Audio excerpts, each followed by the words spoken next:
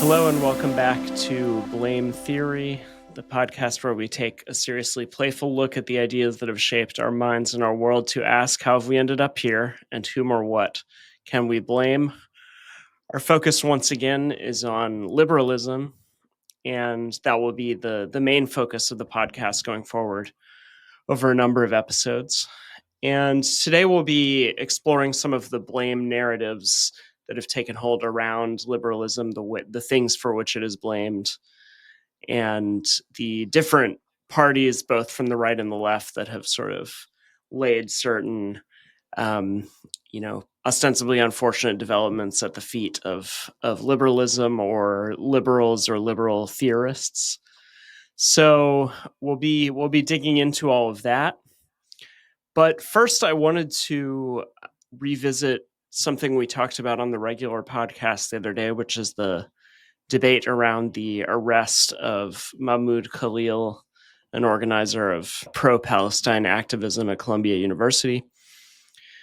And, the legal case around this is ongoing, but it has been interesting to see the free speech debate really fleshed out in its fullest form that we've seen so far, kind of in the Trump 2.0 era.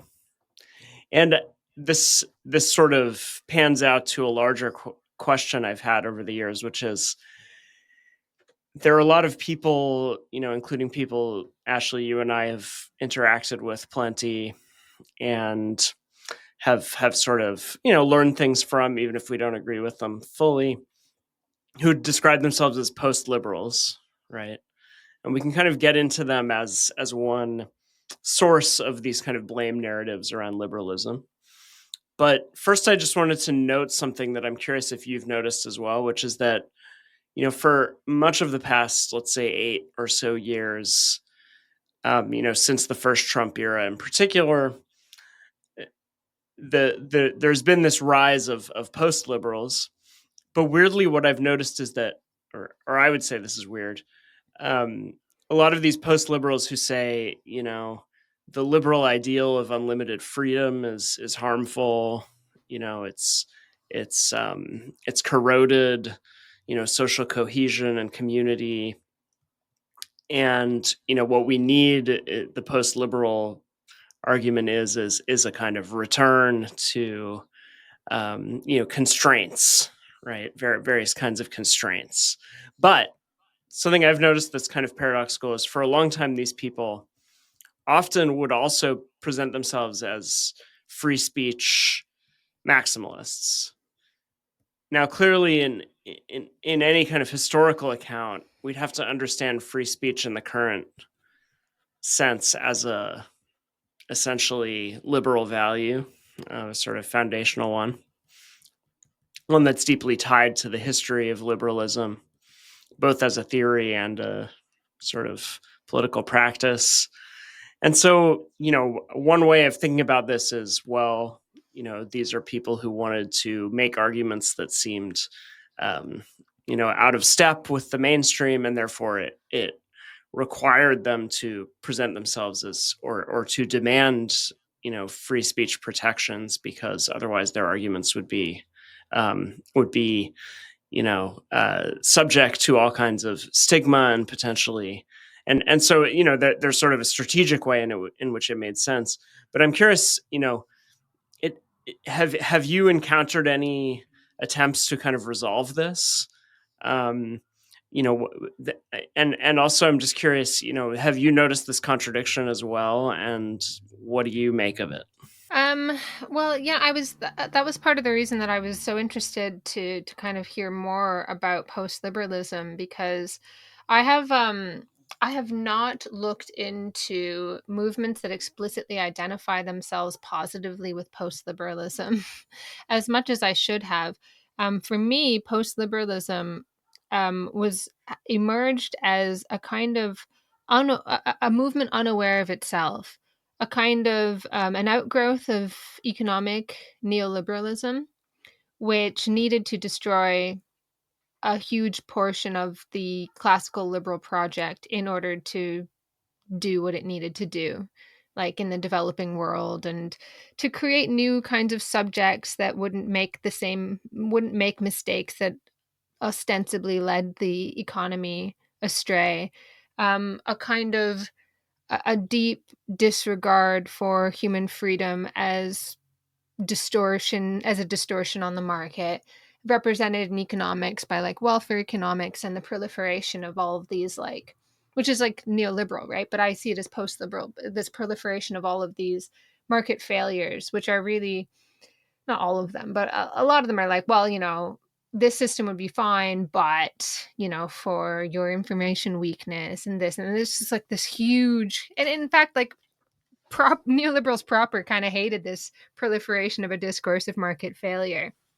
Um, but anyway, so that is how I have always understood post-liberalism, and I found it highly concerning that there was this conscious movement. There has been this conscious movement identifying itself as post-liberal, because to me, and please correct me because you will not understand this more, from the outside it seemed to me that it was always taking at face value the thing that it was reacting against.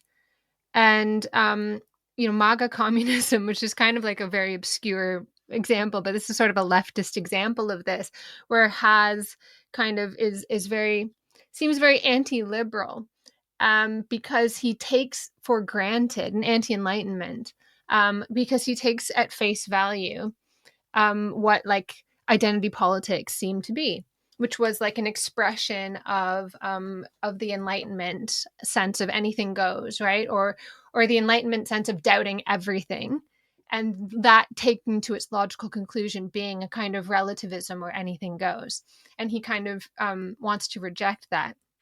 But I don't actually think identity politics was this realm of wonderful freedom or anything goes, right? It was like you couldn't be trans black, and we all just decided we weren't going to talk about that anymore because it made us highly uncomfortable.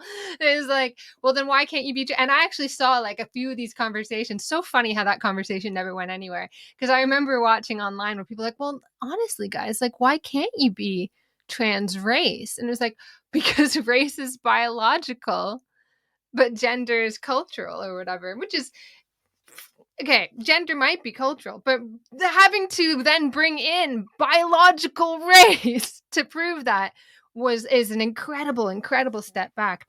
But it was the whole thing about gender identity. It's not like I am radically free to choose how I'm going to be and live in this world. It is, there is an essence about me, something that is real.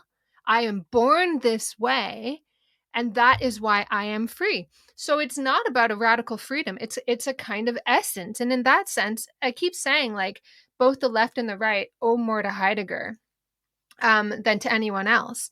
And in the past kind of in the post-war period, I think the left is owed a lot more to Heidegger than Marx. When people are like, "Oh, it's neo-Marxism," no, I think it owes a lot more to Heidegger in that sense, in this sort of like this search for authenticity and a kind of authentic being, of this like connection or like inner conviction. If you read a lot of I remember like in university, like you start reading Heidegger and it's like so obscure, but once you understand, you're like, oh yeah, this is so great, until you realize it's just basically what's his name? There's a very good book on is it Payen or is it Wall? I can't remember. One of the more recent sort of reviews of Heidegger's work said it's basically produced an upscale. Heidegger produced an upscale Blut und Boden work, blood and soil work. It was this sense that like you have an authentic kind of familiarity or relation to the social world because of your rootedness in some kind of existence. Like that is what people have been searching for, is this kind of rootedness. And so it's not a quest for freedom and radical open subjectivity. It's a search for my folk. It's a search for my connection to something. So that is why I find this, I find what I found so problematic about post-liberalism is this like idea of like, oh, we've got too free. Let's all be real about some constraints here. But we didn't. We never did. It was a return to a kind of a sense of a search for authenticity and a search for essence, not a search for freedom. And so I think that the rejection was going in the wrong direction. So that's my sort of convoluted answer, but please tell me, where am I wrong? I mean, there's a lot to that, and I do want to get back into some of those points. I wonder then if, but going back to my question about free speech, Yeah. I wonder if there's sort of a way of interpreting that as a sort of tacit concession of your point on the part of the post liberals, right? Because in theory, the post liberals are arguing we're too free, we have too few constraints. We need to return to a more kind of rooted life in which we're limited and constrained by all these things, and yet they also demand sort of a maximization of free speech, which suggests to me that perhaps they're admitting that freedom isn't as as much a fait accompli as they believe.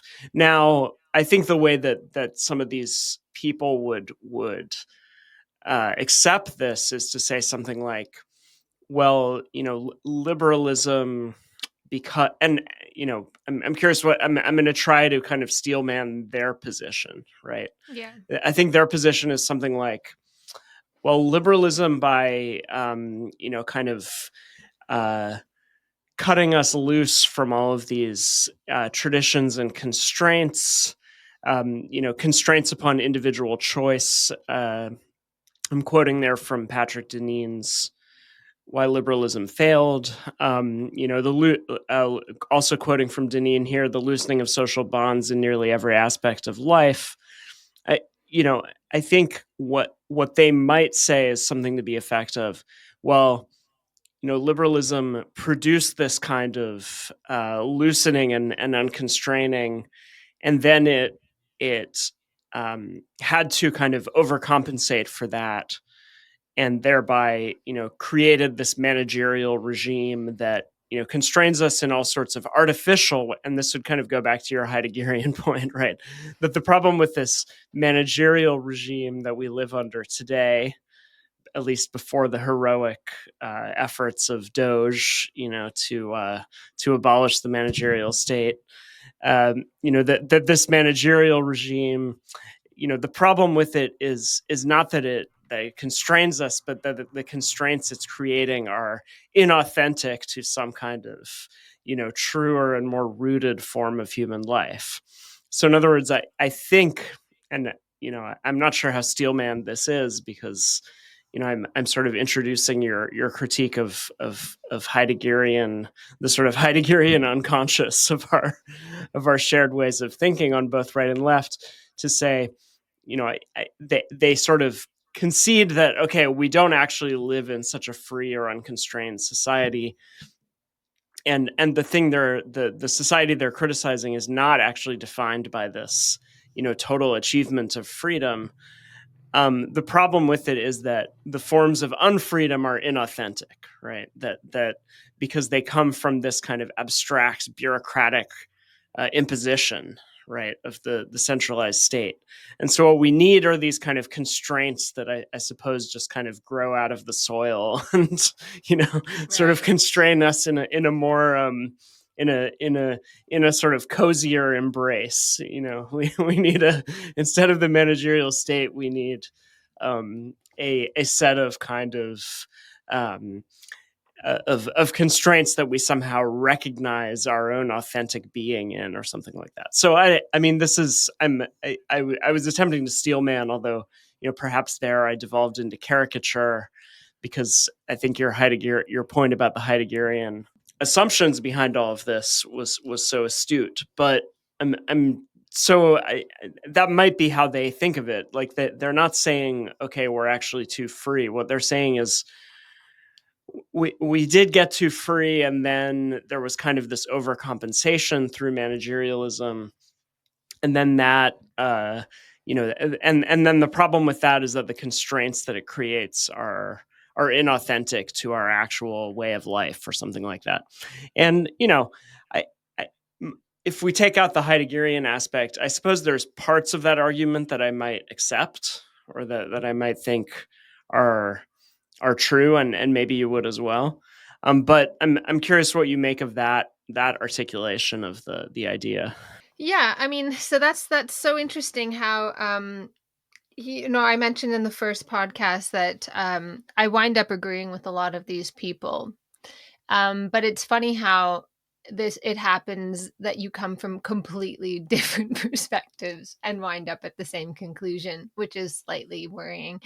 But because I agree with this it winds up being this sort of superficial agreement where we both reject this managerial imposition of constraints from above. But I disagree that the problem is that it's somehow inauthentic. I think the issue is that I talked about it before that economic liberalism requires the clamping down on political liberalism. So that's the framework within which I see it. But also, and I've noticed that people misunderstand me. I'm starting to realize now why people misunderstand me as a post-liberal. When I say there's a lack of faith that people can develop rules and decide how to live within, just as they are. I say it sometimes like that. And I don't mean like as they grow from the soil. I mean that as human beings, we are social beings. We live together and we are reasonable and rational. And that doesn't mean, as I always say, that we come to the correct answers, but there's a process of reflection that goes on there, and we come up with ways of making sense of and doing things. And there's a tendency for bureaucracy to think that people only ever act when you tell them exactly how to act, how to behave. So like during COVID, for instance, which was where a lot of this convergence came up, there was this sense that like if governments, with this came in with the modeling, if governments didn't tell people how to behave, they did nothing, or they acted exactly as they would have before, as opposed to realizing that people will modify their own behavior based on their risk tolerance or whatever it might be. And so there was this sense that if you did not coerce people to do things, they simply wouldn't do it. But I tried to say, look, people are capable of reflecting on these things, and they are able to decide on ways that allow them to live with each other. And at the very beginning of the pandemic, a lot of people were doing that. Like they were kind of stepping up, and they're like, all right, I'm young.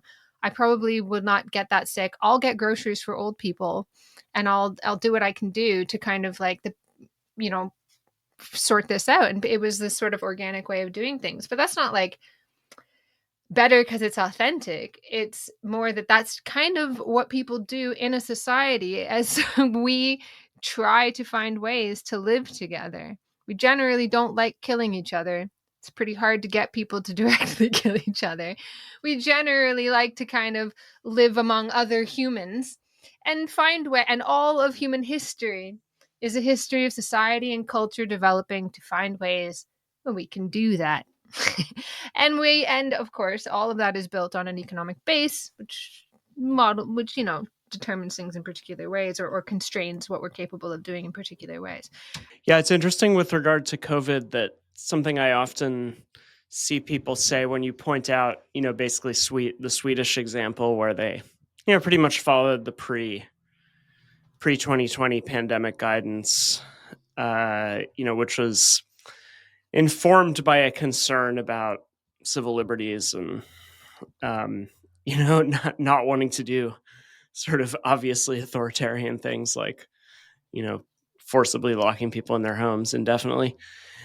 And so, when you point out that Sweden, by most measures came out quite well, despite not taking the steps that were treated as kind of, if you didn't do this, you were just murdering people.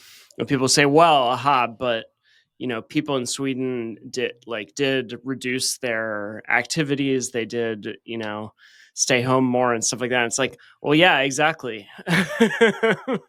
The point is that people, yes, as you were just saying, freely opted to, determine their own risk tolerance and try to, make choices for themselves and their families, as opposed to, that being imposed by the state. So it's always a very odd. It's very odd to me that people defending lockdowns will sort of think that's some kind of damning retort to say, well, but Swedish people did stay home of their own accord, and it's like, okay, so then why are the things that you thought were necessary? Anyway, it's a very odd aspect of that debate, but getting into the larger questions, I suppose, and this I think goes into one of your sort of major leitmotifs in your thinking is just this distrust in people, to make decisions, and to be able to kind of rationally determine the course of their own lives.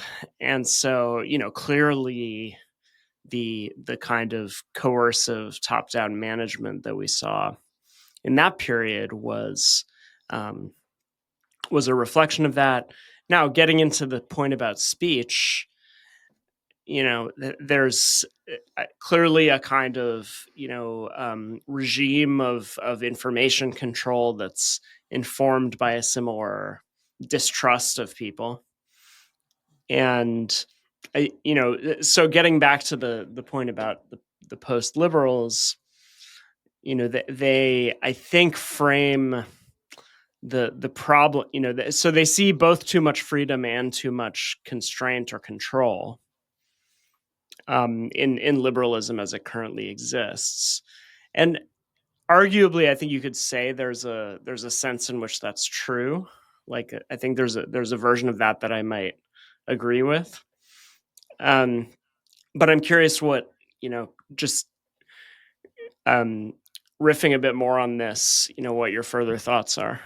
Yeah, I mean, um, that's sort of one of these perennial conservative kind of concerns, is this idea that liberalism has a kind of totalitarian force, paradoxically, that in its push for individual freedoms and rights, you have this kind of you elevate the individual above all else, and so community or shared any kind of shared values become problematic. And you can see this to a certain extent in policy, where the family is often seen as an intolerable burden on the individual, where the individual's most important responsibility is not to community or to other people or to children, but to work. Um, and so there is a sense where you can understand that, but again, it's the thing that bothers me about this critique is that it kind of sees that as the fault of liberalism's accidental or silly over exaltation of the individual, as opposed to liberalism being unable to realize a true kind of individual freedom, where the individual is both free to make choices and so on, but also is enabled to be free like that because all of society is so socialized.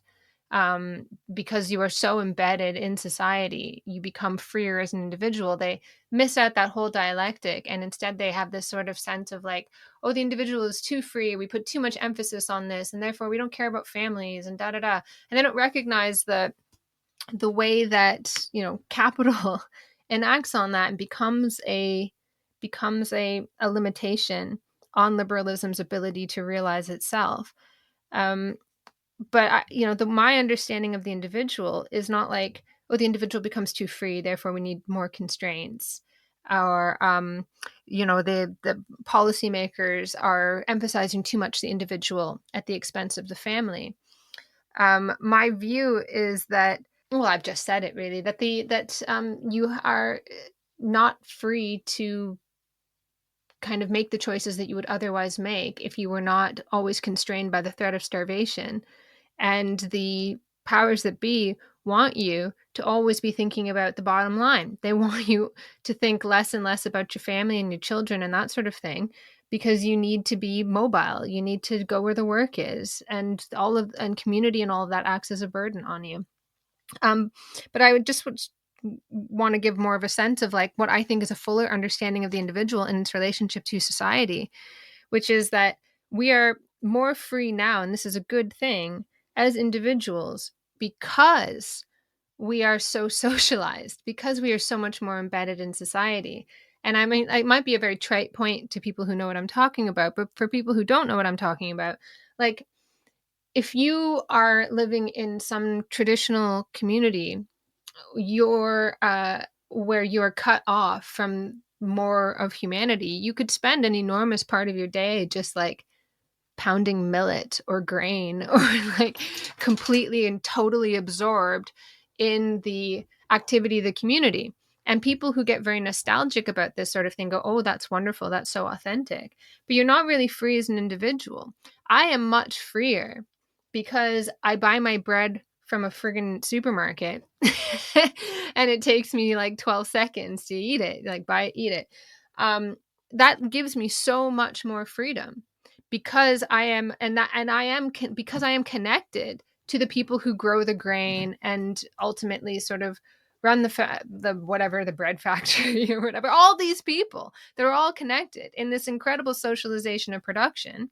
So I am actually embedded in society, but this paradoxically makes me much freer as an individual, because the degree of social embeddedness is global. And has been rationalized, has been broken down into all these different steps. And they produce a much freer individual, but it's an individual that is not fully free and is still kind of bound to this, to the needs of that production process, and will always be like, that's the Marx calls this the realm of necessity. In Capital Volume 2, he says like this will always be with us to a certain extent, but he says it'll be like, it could be like 2 hours of your existence. You go do your 2 hour, I don't know, necessary labor of, I don't know, cleaning toilets or stocking boxes or developing the machines that will do it for you. And then you are free to do whatever you want, which might actually be developing machines. You never know. But we want to get to a point where we work because we want to work, but instead we are sort of like compelled to do all of these sorts of things because, again, like this, we have limitations that are put on our freedom by the economic side of things. And what annoys me, just to sort of reiterate the point that began my whole spiel, is this sense of like, oh, just liberalism got too big for its boots. No, it's that liberalism cannot realize itself. It cannot realize a realm of individual freedom and must constantly constrain it. And then, people will say like, oh, you're such an anarchist, random people on the internet. I don't know how common that kind of critique would be. And to a certain extent I am, in a far future kind of sense, but that doesn't mean I don't believe in authority. And these are the sorts of things that people will develop, and people do develop, that make our lives easier and better. And I'll just sort of leave it there. It's not that it's that I think people will do develop rules. They do develop society. They do develop community as part of making their lives easier and better. And we will always do that, I think. I'll return to this free speech point just briefly, because I think, the current I keep panorama dancing around it because I don't have a good answer. Fine. I'm sorry. No, it's fine. And I sort of threw a curveball by introducing it, but just because I've been thinking about it in relation to this deportation case. But it's clearly a moment when, okay, the right has power and is using it to set certain limits on permissible discourse. And the thing I think is maybe kind of interesting here is, if you look at say Deneen or other post liberals, often what they present as the ideal form of kind of human society is like traditional religious communities, right? And this is sort of a tangent, but it kind of puts me in the mind of a notable sort of free speech case, perhaps from the early modern era, which would be Spinoza's excommunication by the Jewish community of Amsterdam, right, where he's sort of anathematized for his heresy and is essentially, expelled and treated as dead to the community due to this. And so this would be an example of a way that speech is regulated and thought, speech and thought are sort of regulated and constrained on a more kind of localized level. And so I bring up that case because it is such a foundational one for the modern world. And okay, you can argue this is a case of a community setting the boundaries in a more kind of grounded and authentic way that has to do with its deep traditions and so on. But this is the point is, I mean, I live near large, Orthodox Orthodox Jewish communities, and they still do essentially function this way. My dad is a retired professor and had a student who had been she and her husband had both been expelled from one of these communities in a way very reminiscent of Spinoza, essentially, for their heterodox, for like posting heretical views on the internet, I believe. And this is still a thing. I think that there is just kind of an interesting, and going back to the Khalil deportation case, I suppose you could argue here it's a little bit unlike the sort of free speech cases in which liberals broadly understood were kind of holding the reins of power, because it does have to do with, and if you look at how people are justifying this, what they're saying is basically, well, the First Amendment doesn't apply to foreigners, right? It doesn't apply to people who are outside of the national community. And so there is this sense that, okay, what they're doing with this is kind of drawing a line in terms of who is part of the American sort of national project, and saying there are certain opinions that exclude you from the national project, and that therefore you don't enjoy constitutional protections for those opinions, at least if you're not a naturalized citizen, because you are fundamentally at odds with the kind of values of the community. So, I mean, arguably, you could say this case is a little bit different from these kind of managerial bureaucratic attempts to like regulate speech on the internet, because they do, or it does revolve around this idea that a national community can, in some sense, like set the boundaries of what it regards as permissible. And so the idea would be sort of that this is somehow a different, perhaps more in line with these traditional ways of regulating speech and opinion. So I don't know. It strikes me that, and I've seen people say, like, we are, when talking about the regulation of speech in recent years, saying this is real existing post-liberalism. And in other words, we're post-liberal no matter what. It's just a matter of which variety of it we get. So perhaps the case for what the current administration is doing is that it offers a different and more authentic mode of post-liberalism. Yeah, I mean that's what you're going to wind up having is if you kind of acquiesce to this idea that it's always just going to be these sort of competing cultural outlooks forever, then you're kind of acquiescing to this kind of Schmittian politics. And that's, yeah, well, I mean, that's been the order of the day for a long time. We haven't really, there's this sincere doubt in that basic kind of liberal idea that through engagement with each other, we will come to truth, that through talking to each other, working things out, we will come to a truth. Instead, you have this kind of like standpoint theory everywhere where our worldviews are incommensurable. They are like our authentic being, which it can't be compared with anybody else's, and they're just mutually exclusive. And so it's just my group versus your group, and that's really been our what has characterized our politics for at least the last decade, if not longer.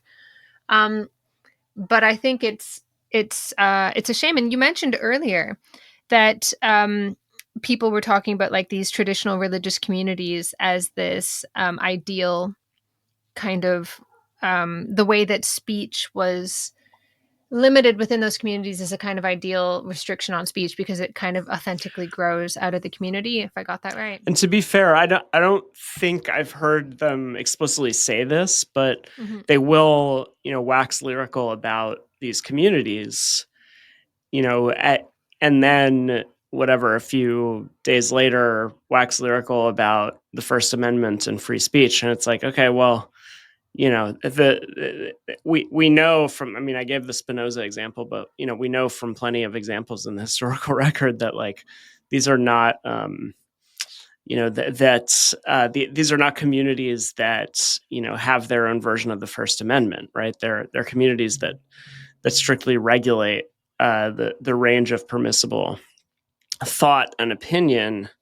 I mean, to varying degrees, no doubt, but so I think there is at least an implicit endorsement of the idea that okay, there's a legitimate way that thought and speech can be sort of regulated and restricted and constrained, and that would be from these kind of, and I mean, it reminds me of a few other things. It's like, I think Tocqueville has some remarks about how like, well, the First Amendment is kind of this remarkable aspect of the American system, that sets it apart from Europe. But then if you actually like go to these small towns, people are actually like very constrained, right? They're very afraid of, there's essentially a kind of cancel culture.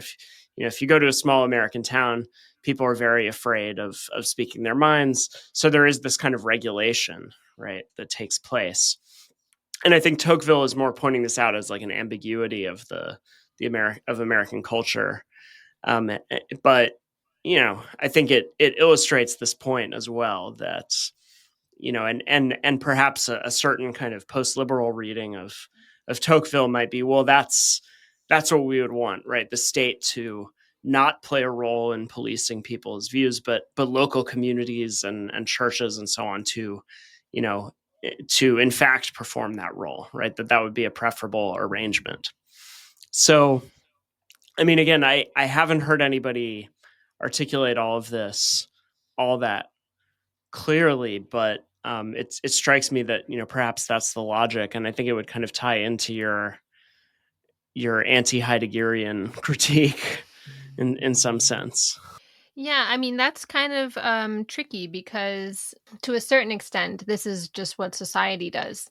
I mean, there's like a huge range of potential reactions. I mean, an infinite range of potential reactions and words that one could say. But through a long process of socialization, we gradually kind of internalize things that this is not the right way to say things. This is not the right way to wear your hair.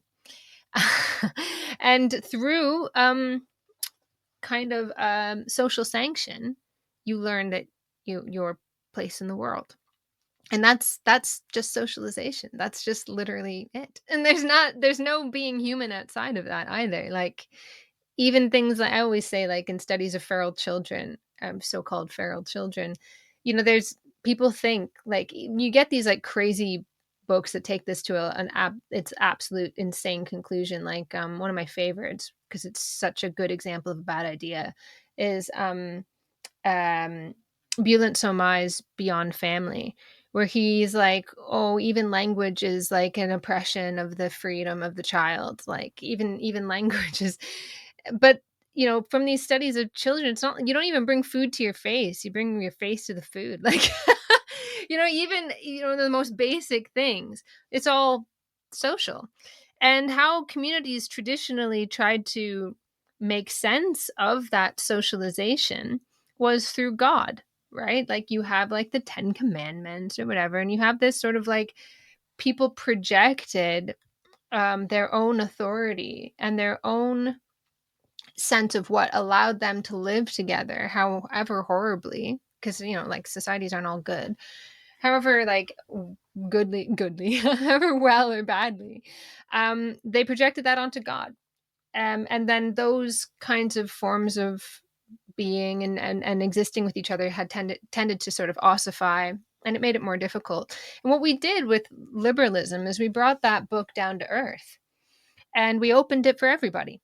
So, religion, or let's say Christianity, or any of these sort of like Abrahamic religions, they had this book often written in a language that was not the vernacular, and it was just set in stone, and you just had to do what the Lord told you, which mimics, feudalism, or you'd be smited, like you'd be smited by the knights in your actual life. Um, and so what liberalism did is it taught it, and obviously the Protestant Reformation playing a huge role in this, and the invention of the printing press, and all of this movement of religion into the vernacular began to open that book and make much more fluid what had once been ossified, what had once been set in stone, literally, in the Ten Commandments and the Ark of the Covenant and all that kind of stuff. And it's open now, and we are gradually, what liberalism opened up for us is this gradual realization that we were always God. And in our role as God, we have to, and this is the kind of Ken and Malick's Quest for a Moral Compass is very good on this, where he goes through the whole like history of human being just like searching for this moral compass, and they find it in God and so on. And now God is dead. What do we do? And we're sort of searching for something that will allow us to live together. And as our societies change, kind of bringing that rule book down to earth allows us, through a process of trial and error. We are empirical beings. We test something out in the world, we see it doesn't work, and we change the rules, right? And that is really scary because there's nothing there to stop us from doing the absolute worst, right? At least that there was a safety net in religion. It was like, we would be standing on the edge of a cliff, but something would catch us, God or angels, angels of our better nature, something. But in this 20th century, we got this awful lesson that there's nothing there. There's nothing there. Like we killed God and then we killed everybody. Like, and so we live in a time that is really terrified of that incredible power and longs for a time when people just knew, when they had God that told them what to do. Zizek likes to talk about this with like why we like to watch nature shows. Like we just love this idea that we won't have to think about it so much, because we have to think about everything now. Everything has to be discussed endlessly.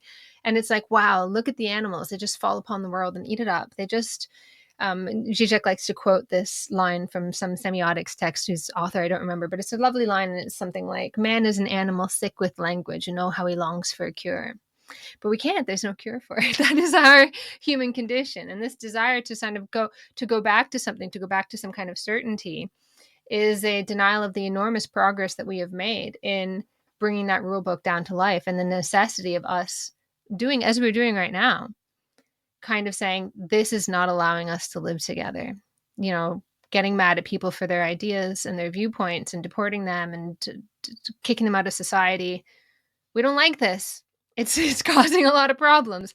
And through this process, I hope that we will come out on the other side, on the side of freedom, I think, because it is through that process of hearing shit you don't want to hear. Oops, sorry, swore. It's through that process of hearing things you don't want to hear that that I think we have some progress in society, however much it is limited and determined by our economic base. I mean, we are, as humans, empirical, rational, and we try to solve our problems.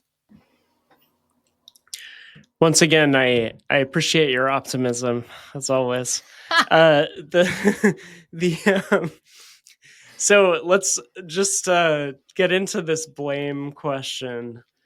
because that was what I originally wanted to talk about, and then kind of, and I think a lot of the content of that has been introduced through this question I brought up again as something of a curveball. But I think we could think about the post. We've been talking about the post liberals who, as I would argue, are sort of somewhat mixed in their diagnosis, right? They're critical of the supposed lack of constraints, but then they're also critical of the constraints that do exist, right? Because they, to put it simply, they reject constraint by the bureaucratic state apparatus, although they're some of them are presumably currently in favor of like the Trump administration using civil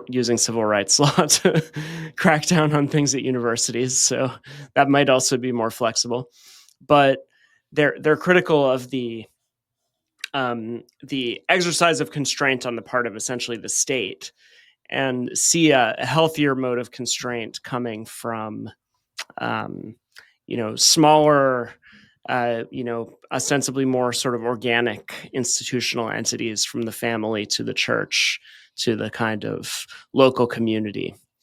And so, they blame liberalism for perhaps two major things, right? One is this kind of this kind of release from traditional constraints, and the idea that again, I'm going to quote Deneen here, the loosening of social bonds in nearly every aspect of life, familial, neighborly, religious, even national, which he says reflects the advancing logic of liberalism and is the source of its deepest instability. So they see a kind of destabilizing, disordering effect here.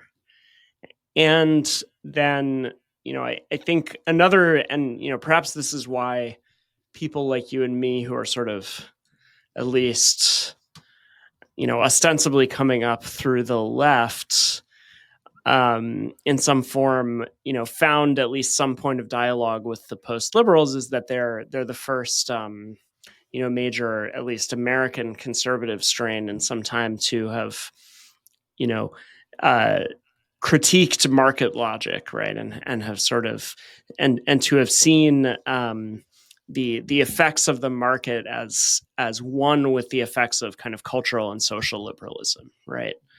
And so to that extent, they sort of seem to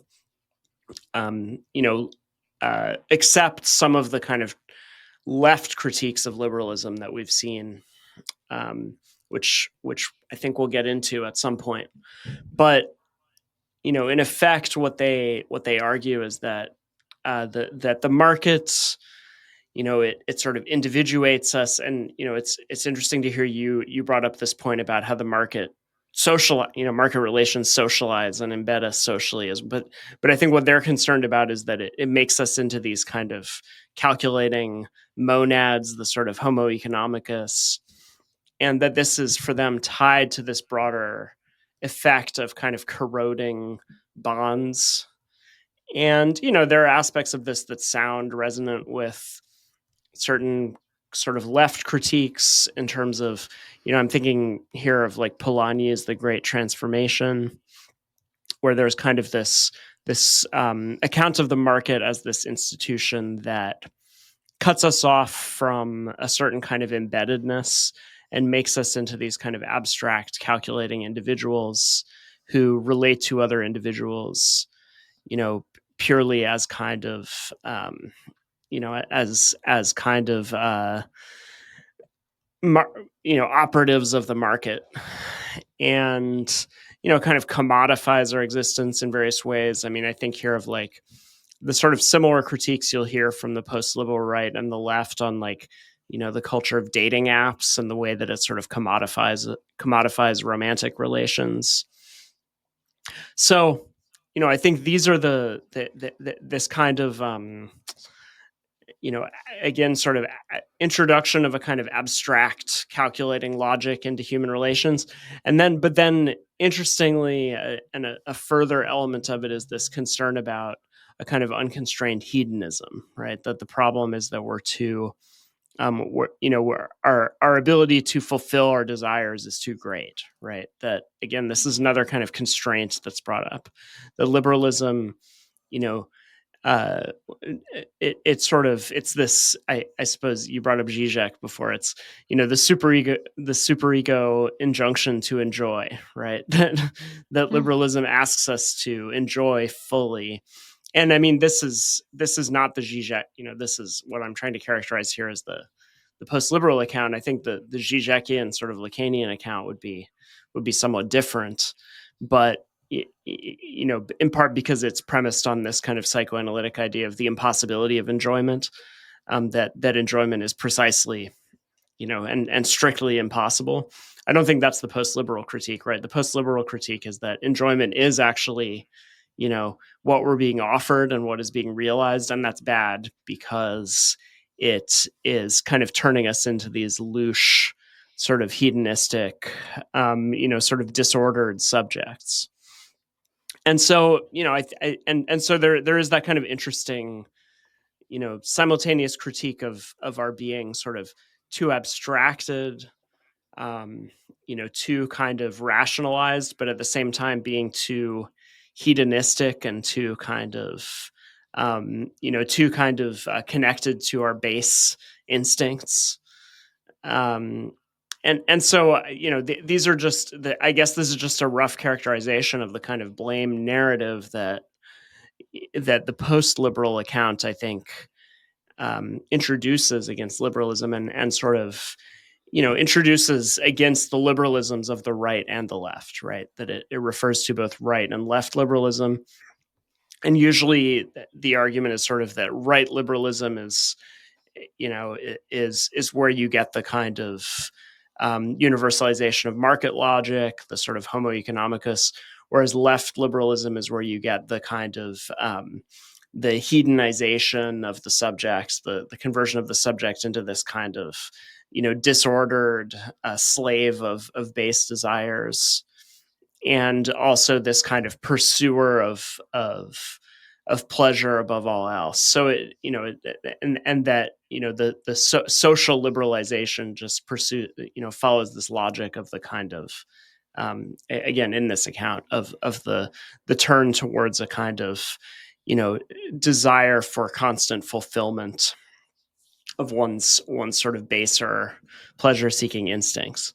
So I think this is broadly the narrative as I would understand it, that post liberalism offers around what to blame liberalism for. And then perhaps the third one, which is kind of what I've been emphasizing up to now, is the point about, well, it kind of turns us into these disordered subjects and creates these kind of disordered, chaotic community, or sort of, it's not community, it's not Gemeinschaft, it's Gesellschaft, right? It's the abstract community of kind of market operatives, and that because all of this is so profoundly kind of disordering and chaos generating, then it overcompensates for that by introducing this kind of bureaucratic managerial stratum that rules oppressively, and again is kind of a force of sort of abstraction that that sort of alienates us from ourselves in some sense. So I don't know. This is a kind of rough attempt to characterize this. I think, before we started talking, you brought up Dugan. We could probably talk about these more radical than I'd say the kind of American, like mostly Catholic post liberals. You have these kind of more radical figures like Dugan, who might offer a sort of weirder and more extreme version of this critique. With him, you kind of also get this idea of like, that there are sort of particular cultures that are particularly kind of Anglo-American cultures, like it's tied to this idea of like the sea power versus the land power, and that Anglo-American culture is kind of, because it's defined by interoceanic trade, it's kind of prone towards these sort of market logics, and um, these kind of abstracting tendencies, whereas sort of Slavic civilization is more kind of grounded in the, in the land, and sort of thus, constrained more by the concrete. And obviously, I mean, Dugin is a Heideggerian, pretty overt, a sort of neo-Heideggerian, pretty overtly. And so, that I'm just trying to summarize what I take to be the major kind of blame narrative coming primarily from the right. And I'm just curious, is that how you understand it, and what you'd add to that account?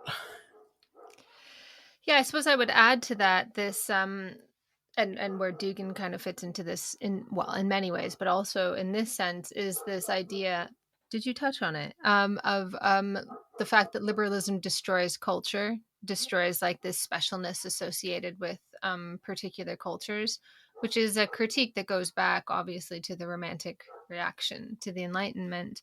But this is obviously what Dugan kind of glorifies. But it's so interesting because if you listen to him speak, he sounds like a sociology professor. It's like this sense of like, well, they're imposing their culture on us, and not all cultures have the same values, right? So what Dugan and the MAGA people that kind of follow this sort of Heideggerian narrative, sorry, MAGA communists. I mentioned them because they're such a weird. They like balance out what I'm trying to say, like the left and the right. But they will talk about how there's this destruction of the culture of the people, but they just have the nerve to bring it home. Like the left for such a long time was like, oh, the unique spirit of the indigenous woman is destroyed and la la la. And they're like, okay, well, then the unique spirit of the white worker. And everyone's like, well, what? Like only some people get to have a unique spirit. Is that how this works? So that's this kind of like folkish sense of like anti-humanism has been so powerful across the political spectrum, and this sense that the real problem with liberalism or capitalism is that it destroys culture and leaves nothing but cultural destruction in its wake, I think is a really powerful aspect of this sort of like blame for liberalism. Yeah, I mean, I have many thoughts on that front. One is that there's by the way, perfect instance regarding Dugan is that he, these like confrontations between the Maoris and, like, I guess white, Euro descended New Zealanders in recent months. And the first one was like, this confrontation in Parliament.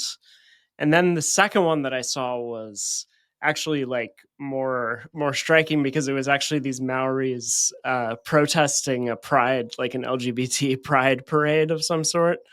And they were, what's the thing called, the hapa or whatever, like that sort of aggressive like performance that's done Oh, as a right. show of sort of hostility. And so anyway, there were two instances of Maoris doing this, and the first was, it had to do with an attempt by the government to like renegotiate the founding treaty of New Zealand or something like that. And so this Maori congresswoman or parliament, member of parliament, kind of made this, did this sort of aggressive performance to repudiate that. But then you saw this group of mostly young Maori men, like having this hostile confrontation with this gay pride parade. and and then the thing that really struck me is I can't remember um, when exactly this happened in relation to these other incidents, but Dugan actually had a tweet where he made a statement in favor of Maori supremacy. So he said this is on January 12th, I just pulled it up, New Zealand belongs to Maori people. That should be the law. So I think this had to do with the renegotiation of the original treaty. And so, there, and a further thing I'll add is there's a left wing sort of decolonial theorist named Walter Mignolo who had this interesting kind of altercation with Zizek 10 or 15 years ago. But what's really notable about him is that he's a left wing, again, sort of decolonial theorist, but he's um, I I don't think he's been embraced by Dugin, but you can certainly find a great deal of continuity between his ideas and Dugin's. I've never done. I've thought about doing a thorough examination of this, but he did get embraced by, and I believe wrote a foreword for a book by a sort of major Hindutva, Hindu nationalist intellectual in India, sort of, official intellectual of the Modi's ruling party. And so, there is this clear way that these, I suppose, kind of neo-Heideggerian intellectuals of the right and left have started to converge in pretty direct and obvious ways. So that's something that might be worth us like doing a whole other episode on, but because it's so fascinating. Yeah, I mean, there's another aspect of this that you've just sort of touched on, which is the sort of occult aspect, which I have always found really interesting. And I've seen a lot of like quasi leftists that go into this sort of occultism, and I'm always like, "Yeah, you fascist." Sorry, that's just my. But there's like a kind of that's that's part of it. But I always think like, uh, um, there's a good line that I took from somewhere, and it's in my second book, but I changed it slightly, and I think it's correct, which is, in the absence of political progress, movements turn mystical. And I think a lot of the people who eventually turn to these kinds of ideas, quasi fascist ideas, but let's say like traditionalism, they start out as liberals and they become quite frustrated. And you see this like the Owenite sect. And Marx talks about this as well. But there's a footnote, I think, in Capital Volume 1, where he says, like, the tables, one might recall that the tables began to dance just as the somewhere else everything stood still. Apologies for the butchered quote, but it's something like that. And it's, as the movement of history appears to stand still, the tables begin to dance. As a kind of revolutionary movement putters out, people begin to search for the occult. They start to, and I see this in myself sometimes. Like, I'm so, you say like, oh, you sound optimistic. I am impatient. I am impatient, and a part of me wants to like appeal to some divine intervention, to save us. I'm like, we're so close, God. As But I want to be. Heidegger himself, only a God can save us. No. See, like I recognize it because I stand on the precipice myself.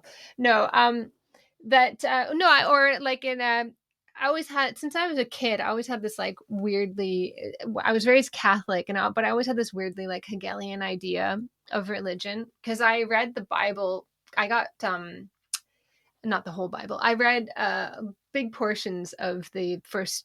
Well, I read the first few books of the Bible when I was a kid because I got grounded and I wasn't allowed to watch TV or use the phone. And it was pre-internet days. So I just sat there reading every book in my house. And one thing that I noticed was that the God of the Old Testament was so different from the God of the New Testament.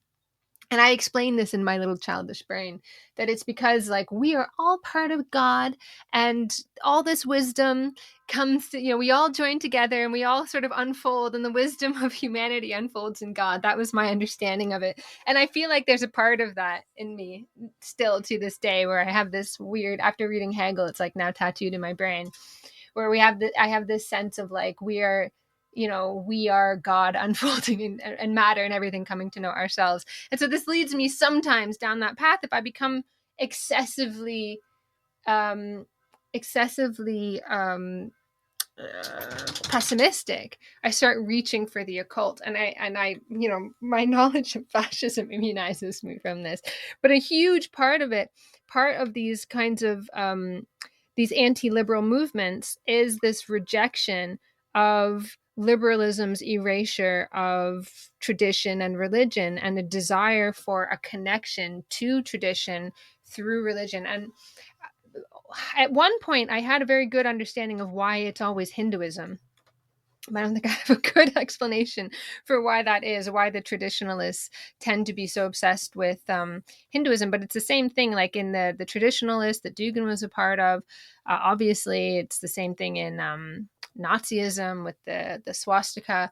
I don't want to put you on the spot, but do you have a sense of why it is that? Is it because it's like this sense of it's something that tries to connect people with, I don't know, with that tries to give you like a grounding, a connection to something, a connection to being?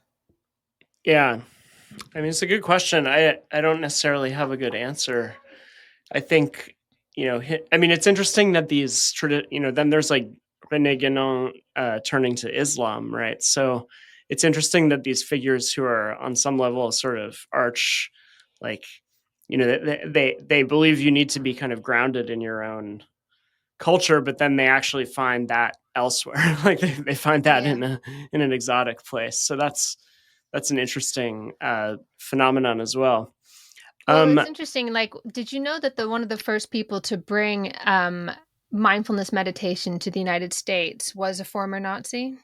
No, I love Ruth it. Denison and her husband were some of the first people that brought mindfulness meditation over. And it's interesting if you read her. I guess it's sort of like a memoir, or her life story is told to somebody in this book. Well, she's like, it's amazing how unreflective she is. She's like, oh, well, she was a school teacher. And she's like, before Nazism kind of took off, she was like, oh, we like went out into the forest and it was so beautiful. We danced under the trees and we were just trying to connect to our ancestors and connect to the soil and this sort of thing. And she thought that was really beautiful. And she didn't recognize any connection between that and the entire philosophy, which was essentially this sort of anti-liberal rejection of the lack of rootedness, which was associated eventually with the Jews, et cetera, et cetera. That there is like a through line that is coherent there. And she was just like, oh, they kind of lost it, but it started out great. And for her, this like mindfulness meditation is like part of like trying to root yourself in being. So I think there's something there. So I think it's a good place to wrap it up, and we should just continue this in the next episode in the series, because I think there's more points about blame to be unpacked here. And I don't know, the Heidegger stuff really seems, I had not thought of it before we started talking, but now it seems incredibly important. And I have a lot to say about the sort of left Heideggerians. So perhaps we could revisit that point in our next episode, if that sounds good to you. Yeah, that would be great. I really wanted to revisit some of these ideas in my own reading, because it's been a long time since I have properly engaged with all the stuff about traditionalism and that sort of thing. So yeah, it would be good to kind of go into the weeds on that. Sounds good. So the series will continue. This has been Blame Theory, and we've been talking about theories of blame or narratives of blame around liberalism, and we will continue that in the next episode. So if you're not already subscribed, please subscribe on Substack, on your favorite podcast app. And if you like what you're hearing, give us 5 stars, and we'll talk to you again soon. Thanks, Ashley.